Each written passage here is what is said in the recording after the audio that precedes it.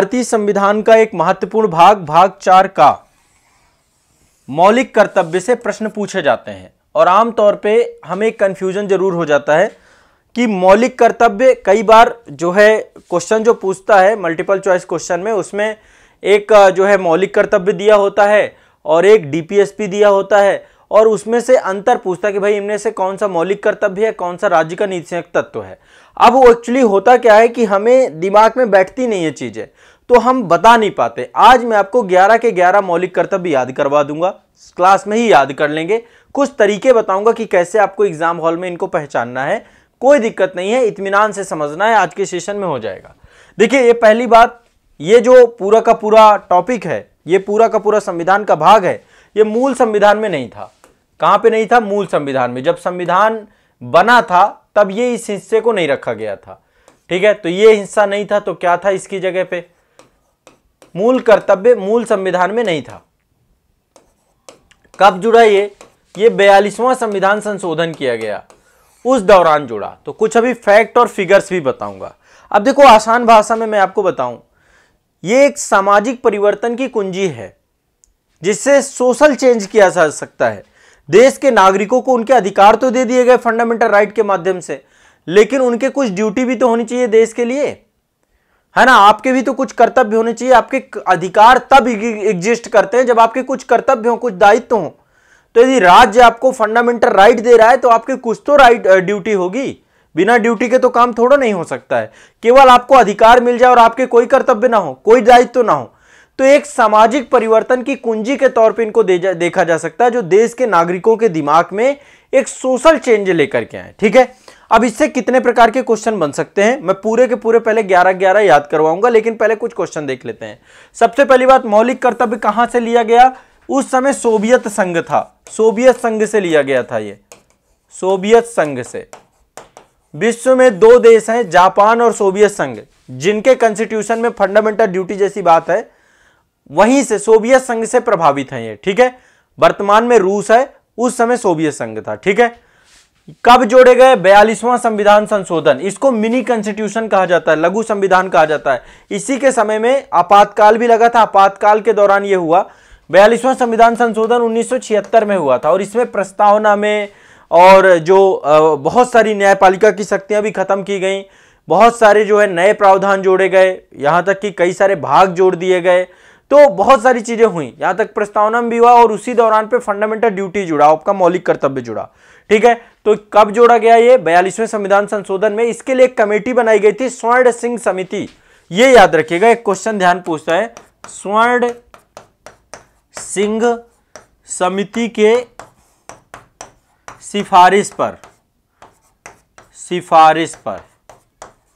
ठीक है। स्वर्ण सिंह समिति की सिफारिश पर आपके जो है मौलिक कर्तव्यों को जोड़ा गया। किसकी सिफारिश पर? स्वर्ण सिंह कमेटी। ये भी दिमाग में बैठा के रखना है, ठीक है।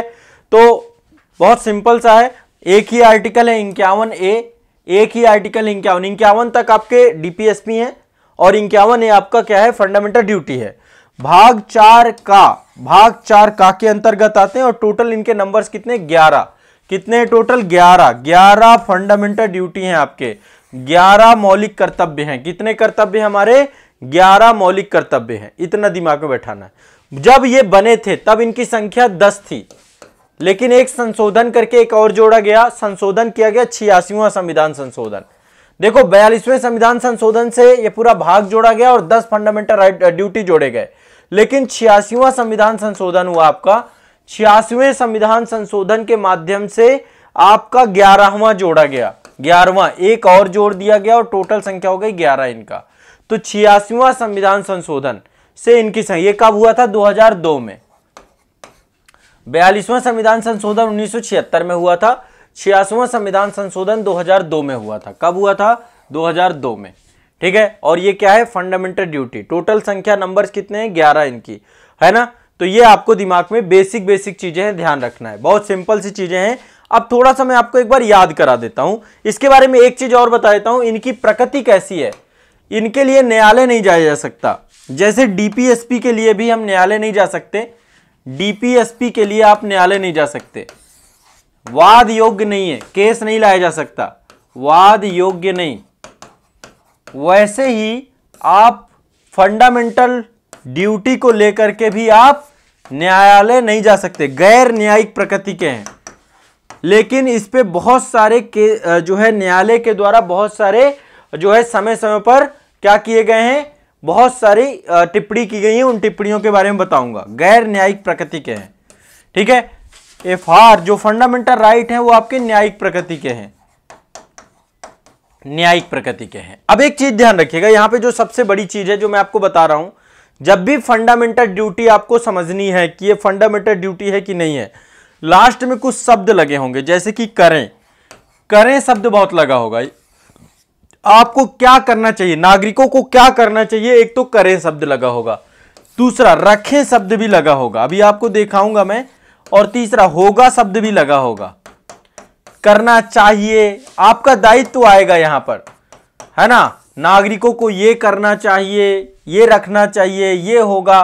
तो मतलब कुछ ये लास्ट में टर्म्स आते हैं, जब आपके कभी भी एग्जाम में क्वेश्चन पूछे जाएं तो आपको इससे पहचानना है कि डीपीएसपी में राज्य का कर्तव्य है, और ये फंडामेंटल राइट, आप फंडामेंटल ड्यूटी आपके नागरिकों के कर्तव्य हैं, ठीक है। डीपीएसपी क्या है, राज्य का कर्तव्य, राज्य का काम करना है, राज्य के लिए है। और एफडी क्या है, फंडामेंटल ड्यूटी किसके लिए है, नागरिक के लिए, नागरिक के लिए। क्लियर है, स्पष्ट है। अब चलिए एक बार थोड़ा सा हम सभी के बारे में एक बार एक एक करके देखते हैं।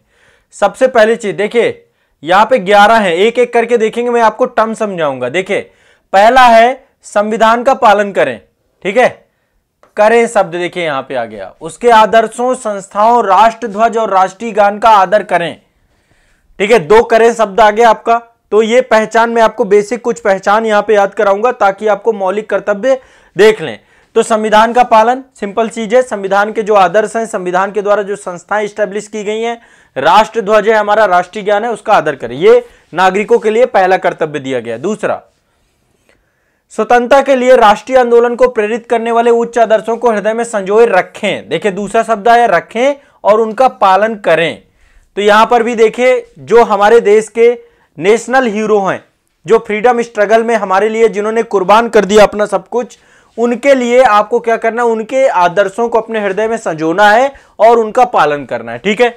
इसके बाद भारत की संप्रभुता, भारत की एकता, भारत की अखंडता की रक्षा करें और उसे अक्षुण्ण रखें, ठीक है। आप देखेंगे रखें और करें 2 शब्द लगातार आ रहे हैं, ठीक है।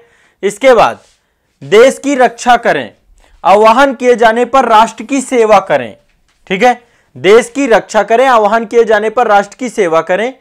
भारत के सभी लोगों में समरसता, समान भ्रातृत्व की भावना का निर्माण करें, जो धर्म, भाषा व प्रदेश या वर्ग आधारित के भेदभाव से परे हो। ऐसी प्रथाओं का त्याग करें जो स्त्रियों के सम्मान के विरुद्ध है, ठीक है। तो देखिए पहला वाला तो संविधान से जुड़ा हुआ है कि संविधान का पालन करना है। दूसरा आपका किससे जुड़ा हुआ है, जो हमारे देश के नेशनल फ्रीडम स्ट्रगल में जुड़े हुए थे, स्वतंत्रता संघर्ष, राष्ट्रीय आंदोलन से जुड़ा हुआ है, राष्ट्रीय आंदोलन और उससे जुड़े हुए आदर्श। तीसरा भारत की एकता और अखंडता से जुड़ा हुआ है, भाग 1 से जुड़ा हुआ है आपका, भारत की एकता और अखंडता, संप्रभुता, या कह सकते हैं प्रस्तावना में भी ये शब्द लिखा हुआ है आपका, ठीक है। भारत की एकता, अखंडता की रक्षा करें, संप्रभुता, तो ये आपका जो है प्रस्तावना से भी जुड़ा हुआ है, ये आपको ध्यान रखना है। आप देखिए ये प्रस्तावना से भी जुड़ा हुआ है आपका, किससे जुड़ा हुआ है, प्रस्तावना से। प्रस्तावना में भी यही पक्ष दिए गए हैं और आपके लिए भी ये ड्यूटी दी गई है, ठीक है। दूसरा देश की रक्षा करें, ये सारा कुछ जितने भी हैं आपको अभी शुरुआत में भारत के लिए ही हैं। राष्ट्र की सेवा करें, इसके बाद भारत के, अब यहां पे भारत के लोगों की बात की जा रही कि भारत के सभी लोगों में समरसता और भ्रातृत्व की भावना का निर्माण करें, धर्म, भाषा, प्रदेश, वर्ग आधारित भेदभाव से परे हो। मतलब कोई भी भेदभाव नहीं करना, सब बराबर समझना, एक दूसरे को एक दूसरे के साथ एक बराबर ही मानना है, किसी को धर्म, जाति, भाषा इसके आधार पे अलग अलग नहीं मानना है। तो सभी लोगों में समरसता, समान भ्रातृत्व की भावना का निर्माण करना है, धर्म, भाषा व प्रदेश या वर्ग आधारित, ठीक है, वर्ग आधारित भेदभाव से परे हो और ऐसी प्रथाओं का त्याग करें जो स्त्रियों के सम्मान के विरुद्ध हो। तो देखिए करे शब्द आ रहे हैं आपके जितने, ठीक है, इसके बाद हमारी सामाजिक संस्कृति की गौरवशाली परंपरा के महत्व को समझे और उसका परिरक्षण करें। ठीक है, तो ये कल्चर से जुड़ा हुआ है। अब देखिए यहां पे थोड़ा सिंपल कर देते हैं। पहला पॉइंट संविधान से जुड़ा हुआ है, संविधान। ठीक है, दूसरा पॉइंट हमारे आजादी से जुड़े हुए जो नायक हैं, है ना, आजादी के नायक जितने भी हैं, स्वतंत्रता संग्राम सेनानी कह सकते हैं ना, स्वतंत्रता संग्राम सेनानी से जुड़ा हुआ है। इससे याद हो जाएगा आपको, अभी मैं बिल्कुल याद कराने के मूड में हूं, याद करा दूंगा। तीसरा आपका जो जुड़ा हुआ है ये राज्य से जुड़ा हुआ है, राज्य कि राज्य की संप्रभुता रहे, राज्य की परिभाषा मैंने पढ़ाई है ना, तो तीसरा राज्य से जुड़ा हुआ है।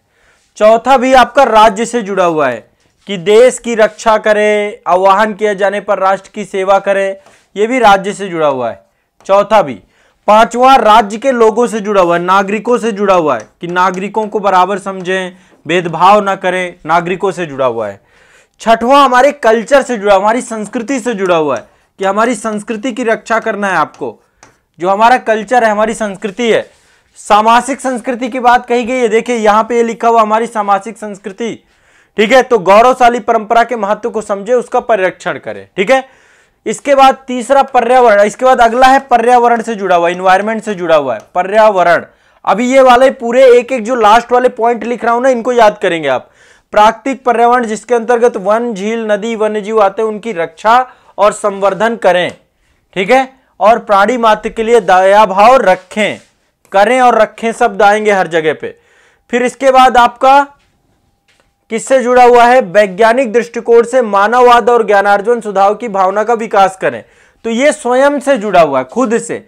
हर व्यक्ति को कैसा होना चाहिए, स्वयं वैज्ञानिक तर्कशील होना चाहिए, वैज्ञानिक दृष्टिकोण होना चाहिए आपका, मानवतावादी दृष्टिकोण होना चाहिए, आपको ज्ञानार्जन करना चाहिए, सुधार की भावना, हमेशा अपने आप को बेहतर बनाने की भावना। तो इसी दृष्टिकोण से आपका ये जुड़ा हुआ, खुद से, खुद का विकास। ठीक है, इसके बाद सार्वजनिक संपत्ति से जुड़ा हुआ है। इसके बाद अगला है सार्वजनिक संपत्ति, सार्वजनिक संपत्ति से जुड़ा हुआ अगला। ठीक है, क्या है, सार्वजनिक संपत्ति को सुरक्षित रखें और हिंसा से दूर रहें। इसके बाद व्यक्तिगत और सामूहिक गतिविधियों के सभी क्षेत्रों में उत्कर्ष की ओर बढ़ने का सतत प्रयास करें, जिससे राष्ट्र की प्रगति निरंतर बढ़ते हुए उपलब्धि की नई ऊंचाइयों को प्राप्त कर सके। यह भी आपके स्वयं से जुड़ा हुआ है कि आप स्वयं का विकास करें, स्वयं का विकास, स्वयं का विकास करें। ठीक है, जिससे देश का भी विकास होगा। ठीक है, तो व्यक्तिगत और सामूहिक, मतलब व्यक्तिगत भी, व्यक्तिगत तौर पे भी उपलब्धियां लीजिए, सामूहिक तौर पे भी ऐसी उपलब्धियां करिए जिससे क्या हो जाए, राष्ट्र की प्रगति और निरंतरता में बढ़ते हुए नई ऊंचाइयों को प्राप्त किया जा सके। इसके बाद ये अभिभावकों के लिए लिखा गया है, किसके लिए, अभिभावकों के लिए, अभिभावकों के लिए। यह आपका 11वां नंबर है। अभिभावकों के लिए कुछ ड्यूटी दी गई है कि अभिभावकों का क्या कर्तव्य है, अभिभावक का जो आपके गार्जियन है उनके लिए क्या ड्यूटी दी गई है कि 6 से 14 वर्ष की आयु के बीच के अपने बच्चे को शिक्षा के अवसर प्रदान करना है। और इसको जो है आपका 86वें संशोधन के द्वारा जोड़ा गया है। अब सिंपल सा देखो, अब आपको याद हो जाएंगे सारे के सारे, मैंने डिकोड कर दिए। देखो पहला तो संविधान से जुड़ा, हमारे देश में सर्वोपरि क्या है, संविधान। संविधान के बाद दूसरा क्या है, देश को आजाद करने वाले हमारे स्वतंत्रता संग्राम सेनानी, दूसरा उनसे जुड़ा हुआ है। तीसरा हमारे देश की राज्य की संप्रभुता से जुड़ा हुआ है, राज्य की संप्रभुता, एकता, अखंडता, जैसे प्रस्तावना में टर्म्स दिए गए हैं ना, वो सारे हैं। इसके बाद फिर आपका राज्य से जुड़ा हुआ कि राज्य की रक्षा करें, देश की सेवा करें, देश को जो है आप बेहतर बनाएं। ठीक है, तो ये आपका। इसके बाद अगला नागरिकों से जुड़ा हुआ कि नागरिकों को भेदभाव ना करें, है ना, धर्म, भाषा, प्रदेश के आधार पर कोई भी भेदभाव ना करें, और स्त्रियों के विरुद्ध सम्मान रखें, ऐसी कोई भी प्रथा का पालन ना करें। तो ये आपका महिला सशक्तिकरण से भी जुड़ा हुआ है, महिला सशक्तिकरण, महिला सशक्तिकरण, सशक्तिकरण। ठीक है, यह भी ध्यान रखिएगा, नागरिक, महिला, हर चीज से जुड़ा हुआ, धर्म, भाषा, प्रदेश, वर्ग, सभी प्रकार की, और महिला सशक्तिकरण से भी जुड़ा हुआ है। ठीक है, इसके बाद हमारी सामाजिक संस्कृति, हमारे कल्चर की हमें रक्षा करनी है, हमें पर्यावरण की रक्षा करनी है, स्वयं को हमें बेहतर बनाना है, स्वयं को बेहतर बनाना है, सार्वजनिक संपत्ति की रक्षा करनी है ना, स्वयं का विकास करना है और अभिभावकों के लिए जिम्मेदारियां दी गई। बस इतने पॉइंट है। संविधान की रक्षा, स्वतंत्रता संग्राम सेनानियों का सम्मान करना है, ठीक है, देश की रक्षा करनी है, राज्य की रक्षा करनी है, एकता, अखंडता, संप्रभुता, सारी चीजें। इसके बाद क्या है, यहां पे अपने संस्कृति की रक्षा करनी है, नागरिकों की रक्षा करनी है, सब बस इसी तरीके से आपको पर्यावरण की रक्षा करनी है, स्वयं को बेहतर बनाना है, सार्वजनिक संपत्ति की रक्षा करनी है, व्यक्तिगत स्वयं का विकास करना है और अभिभावकों के लिए। ये आपके टोटल दिए गए हैं फंडामेंटल ड्यूटी। अब आप मुझे एक बार बताओ, कुछ थोड़ा बहुत आपको आइडिया लगा कि ये कैसे याद किए जा सकते हैं? आप एक बार इनको तोड़ दीजिए, इनके भाव को समझिए कि क्या कहना चाहते हैं। बस संविधान की रक्षा, देश के स्वतंत्रता संग्राम सेनानियों की रक्षा, ठीक है, राज्य की रक्षा, राज्य की रक्षा में 2 आर्टिकल हैं आपके, ठीक है, 2 क्लॉज हैं, तीसरा और चौथा, ठीक है, एक आपकी एकता अखंडता की बात कर रहा है, दूसरा रक्षा और राष्ट्र की सेवा करें। तो राज्य की रक्षा, राज्य के नागरिकों की रक्षा, है ना, नागरिकों में भी आपस में भ्रातृत्व रहे, प्रेम रहे, विश्वास बंधा रहे, ठीक है, कल्चर संस्कृति की रक्षा, इसके बारे में बात की गई है। पर्यावरण की रक्षा, यह भी ध्यान रखना है, पर्यावरण की रक्षा की बात भी की गई है। स्वयं का विकास करना है, आत्म विकास करना है, ठीक है, सार्वजनिक संपत्ति की रक्षा करना है, फिर आपको स्वयं का विकास करना, फिर अभिभावकों के लिए कर्तव्य दिया गया है। सिर्फ इतना कर्तव्य दिया गया कि जिम्मेदारी करनी है। बस इतना करके आप याद कर लो, ये बहुत सिंपल है। अब चलो मैं पूरा एक बार फास्ट याद करा रहा हूं, ठीक है। पहला है संविधान का पालन करें, उसके आदर्शों, संस्थाओं, राष्ट्रध्वज, राष्ट्रगान का आदर करें। क्लियर है? आदर करें, करें शब्द देखिए आ गया यहां पे, जहां भी करें शब्द आएगा, रखें शब्द आएगा, क्या हो जाएगा? Fundamental duty. स्वतंत्रता के लिए राष्ट्रीय आंदोलन को प्रेरित करने वाले उच्च आदर्शों को हृदय में संजोए रखें, उनका पालन करें, ठीक है। भारत की संप्रभुता, एकता और अखंडता की रक्षा करें और उसे अक्षुण्ण रखें। देश की रक्षा करें, आह्वान किए जाने पर राष्ट्र की सेवा करें। भारत के सभी लोगों में समरसता, समान भ्रातृत्व की भावना का निर्माण करें। धर्म, भाषा व प्रदेश आधारित सभी प्रकार के भेदभाव से परे हों। ऐसी प्रथाओं का जो है परित्याग करें जो स्त्रियों के सम्मान के विरुद्ध हैं। तो यहाँ पे महिलाओं के सम्मान की बात भी की गई है, ठीक है। सामाजिक संस्कृति की गौरवशाली परंपरा को समझे, उसका परिरक्षण करें, कल्चर को प्रोटेक्ट करने की बात की गई है। भारतीय पर्यावरण जिसके अंतर्गत वन, झील, नदी, वन्यजीव आते हैं, उनकी रक्षा करें और प्राणी मात्र के लिए दया भाव का भाव रखें। वैज्ञानिक दृष्टिकोण और मानववाद और ज्ञानार्जन में सुधार की भावना का विकास करें। सार्वजनिक संपत्ति को सुरक्षित रखें, हिंसा से दूर रहें, ठीक है, किसी प्रकार की हिंसा से दूर रहें। ये जो दंगे वगैरह होते हैं उन सब के लिए आपकी फंडामेंटल ड्यूटी है कि ऐसी चीजों में आप प्रतिभाग ना करें। व्यक्तिगत और सामूहिक रूप से उत्कर्ष की ओर बढ़ने का सतत प्रयास करें, जिससे राष्ट्र की प्रगति निरंतर बढ़ते हुए नई ऊंचाइयों को प्राप्त कर सके। और 6 से 14 वर्ष के आयु के बच्चों के अभिभावकों को क्या करना है? उनको शिक्षा के अवसर को प्रदान करने का प्रयास करना है। तो ये तो आपके फंडामेंटल ड्यूटी हैं। यदि आप 11 के 11 1-2 बार और पढ़ लोगे तो आपको याद हो जाएंगे, रट जाएंगे। अब देखो इनका महत्व क्या है। सबसे पहली बात, इसमें बहुत सारी चीजें कही गई हैं। पहली चीज की गई कि यदि कोई असामाजिक गतिविधि करता है, असामाजिक गतिविधि क्या हो सकता है? भेदभाव करना असामाजिक गतिविधि है ना, भेदभाव करना, हिंसा करना, सार्वजनिक संपत्तियों को नुकसान पहुंचाना। तो असामाजिक गतिविधि नहीं कर सकते आप इस देश में, इसके लिए चेतावनी दी गई है। इसमें बकायदा आपको बोला गया आपकी ड्यूटी है कि राष्ट्र के विकास में योगदान करें, राष्ट्र के विनाश में योगदान ना करें, राष्ट्र का अपमान ना करें, राष्ट्रीय ध्वज का अपमान न करें, सार्वजनिक संपत्ति को समाप्त न करें, सार्वजनिक शांति को भंग ना करें। इन सब की व्यवस्था यहां पे हर बात पे बात की गई है। तो असामाजिक गतिविधि, जो अराजक गतिविधि है, उसके लिए पहली बात सख्त निर्देश फंडामेंटल ड्यूटी में दिए गए हैं कि कोई भी व्यक्ति का कोई भी किसी भी प्रकार से वो सार्वजनिक संपत्ति को समाप्त ना करे, भेदभाव ना करे, राष्ट्रगान का आदर करे, राष्ट्रध्वज का सम्मान करे। ये सारी चीजें दी गई हैं। पहली बात तो ये बोला गया, असामाजिक गतिविधियों के विरुद्ध स्पष्ट चेतावनी आपकी फंडामेंटल ड्यूटी में दी गई है। दूसरा, अनुशासन, थोड़ा सा अनुशासित जीवन रहे, राष्ट्र के प्रति अनुशासन रहे, आपका राष्ट्र के प्रति आपका प्रतिबद्धता रहे, राष्ट्र के प्रति आपका कमिटमेंट रहे, है ना। एक सक्रिय नागरिक बने, आप सक्रिय भागीदार बने, राष्ट्रीय लक्ष्यों को साकार करने का प्रयास करें, देश के साथ अपने आप को जोड़ पाए। इसलिए फंडामेंटल, तो ये अनुशासन और आपकी प्रतिबद्धता को भी तय करने का काम करते हैं। दूसरा, कानून की संवैधानिकता को भी निर्धारित करने में सहायता करते हैं। वैसे तो ये न्याय योग्य नहीं है, वाद योग्य नहीं है, आप इनके लिए न्यायपालिका में नहीं जा सकते हैं, लेकिन जब न्यायपालिका किसी मामले को सुनवाई करती है, मान लीजिए आपने राष्ट्रीय ध्वज का अपमान कर दिया है ना, अब इसके लिए बकायदा एक कोड बना हुआ है, आपका राष्ट्रीय ध्वज को लेकर कोड बना हुआ है कि राष्ट्रीय ध्वज को कैसे आपको लगाना है, कैसे उसका प्रयोग करना है, एक प्रॉपर एक कोड बनाया गया, ध्वज संहिता बनाई गई हमारे देश में। आपने राष्ट्रगान का, देश के किसी आदर्श का, जो हमारे जैसे महात्मा गांधी को लोग बुरा भला कहते रहते हैं, तो जब कभी आपके ऊपर किसी भी प्रकार का कोई भी केस होता है तो वैसे में फंडामेंटल ड्यूटी न्यायालय को मार्गदर्शित करते हैं कि संविधान की, कानून की संवैधानिकता को निर्धारित कर पाए। जैसे मान लीजिए विधायिका भी बहुत सारे कानून पारित करती है, लेकिन जब संवैधानिकता की जांच में न्यायालय में वो जाता है तो मौलिक कर्तव्य में घटक निहित है, तो ऐसे कानून को उचित माना जाएगा। मतलब फंडामेंटल ड्यूटी निहित होनी चाहिए, केवल एक तरफा नहीं होना चाहिए, आपके कर्तव्यों को भी वहां पे डाला होना चाहिए। तो न्यायपालिका जो है समय समय पर फंडामेंटल ड्यूटी से भी मार्गदर्शित होती है।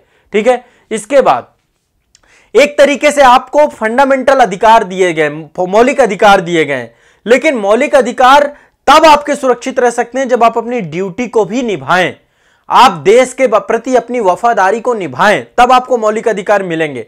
तो नागरिकों के लोकतांत्रिक आचरण को व्यवस्थित करती है फंडामेंटल ड्यूटी, कि आप एक लोकतांत्रिक व्यवहार करें, लोकतांत्रिक आचरण करें, बुनियादी मापदंडों का पालन करें, जो बुनियादी मापदंड कानून के तहत देश चल रहा है उसका पालन करें। तो आपके लोकतांत्रिक अधिकारों के संरक्षण में भी फंडामेंटल ड्यूटी काम करते हैं। आप फंडामेंटल ड्यूटी से बच नहीं सकते हैं। तो आप यदि अपने मौलिक कर्तव्यों का पालन कर रहे हैं तो निश्चित तौर पे आपके मौलिक अधिकार सुरक्षित रहेंगे, कोई दिक्कत नहीं होगी इसको लेकर के। अब देखो, न्यायालय ने कई बार इसको लेकर बहुत सारी गाइडलाइन दी है। एक को वाद आया था आपका एम्स छात्र बनाम एम्स जो है, जो आपकी संस्था है आयुर्वेद, जो हमारा एम्स सबसे बड़ी संस्था है दिल्ली, तो सर्वोच्च न्यायालय ने कहा था कि भाई मौलिक कर्तव्य और मौलिक अधिकारों में कोई अंतर नहीं है, वो मौलिक कर्तव्य भी उतने ही महत्वपूर्ण है जितने की मौलिक अधिकार हैं आपको, आप दोनों में अंतर नहीं कर सकते हैं, दोनों ही महत्वपूर्ण है। आप यदि अपने मौलिक कर्तव्यों को पूरा नहीं कर रहे हैं तो मौलिक अधिकार आपको कहां से मिलेंगे। ठीक है, तो ये भी आपको ध्यान रखना है, इनको नजरअंदाज नहीं किया जा सकता। आपके यदि आप अपने इन फंडामेंटल ड्यूटी को किसी तरीके से वायलेट करेंगे तो निश्चित तौर पे फिर आपके खिलाफ जा सकती हैं चीजें। ठीक है, दूसरा, ये एक सामाजिक प्रतिबंध भी है ना, कानूनी प्रतिबंधों के साथ साथ सामाजिक प्रतिबंध, कि आपको समाज में कैसे रहना है, आपको समाज में किस तरीके का बिहेवियर करना है, अपने देश के प्रति आपकी क्या जिम्मेदारी होनी चाहिए, उन सब के बारे में बताया गया है। तो ये एक तरीके से अप्रत्यक्ष तौर पे संविधान के भाग 3 यानी फंडामेंटल राइट पे एक निर्बंधन है। आपको लग रहा होगा कि आपके फंडामेंटल राइट पे कोई निर्बंधन नहीं है, वैसे फंडामेंटल राइट एब्सोल्यूट राइट नहीं है, उन पे भी बहुत सारे निर्बंधन है, हर आर्टिकल में बहुत सारे निर्बंधन दिए गए हैं, लेकिन फंडामेंटल ड्यूटी भी एक निर्बंधन का काम करते हैं। आप अपने मौलिक कर्तव्यों से भागेंगे तो मौलिक अधिकार आपके कभी भी सुरक्षित नहीं रखे जाएंगे। तो ये भी आपको दिमाग में बैठाना है। तो ये आप सभी के लिए जो है कुछ महत्वपूर्ण बातें थी। अब देखो, इसके लिए पहली बात स्कूली स्तर पे काम करना चाहिए। ठीक है, लोगों को ये समझना चाहिए कि भाई हम जिस देश में रह रहे हैं उस देश के प्रति हमारी कुछ जिम्मेदारियां हैं, उनको आपको समझना चाहिए, और समाज में सार्थक योगदान देने वाले नागरिकों को संविधान को समझना चाहिए, जन व्यवस्था की बारीकियों को समझना चाहिए, और इन सब के लिए अपने फंडामेंटल ड्यूटी को जब निभाना चालू कर देंगे तो निश्चित तौर पे धीरे धीरे हमें समझ में आने लग जाएगा। ठीक है, भारत में एक संवैधानिक संस्कृति का विकास करना है। हमें कैसी संस्कृति बनानी है, कॉन्स्टिट्यूशनल कल्चर डेवलप करना है, और हमारे कॉन्स्टिट्यूशन ने ही सामाजिक संस्कृति की बात कही है। तो कॉन्स्टिट्यूशनल कल्चर कैसे डेवलप होगा, जब लोगों को अपनी फंडामेंटल ड्यूटी याद होगी, लोग संविधान के बारे में जानेंगे, संविधान के बारे में पढ़ेंगे। अभी आप देख रहे हैं देश में इस समय संविधान साक्षरता को लेकर बड़ा अभियान चल रहा है। कोल्लम जिला आपका जो है वो भारत का पहला संविधान साक्षर जिला बना है। तो देश में भी बहुत सारे लोगों को अपने संविधान के बारे में ही नहीं पता है, अपनी फंडामेंटल ड्यूटी नहीं पता है, अपने फंडामेंटल राइट नहीं पता है। तो वो जब तक आप नहीं समझोगे तब तक कैसे हो पाएगा, नहीं हो पाएगा।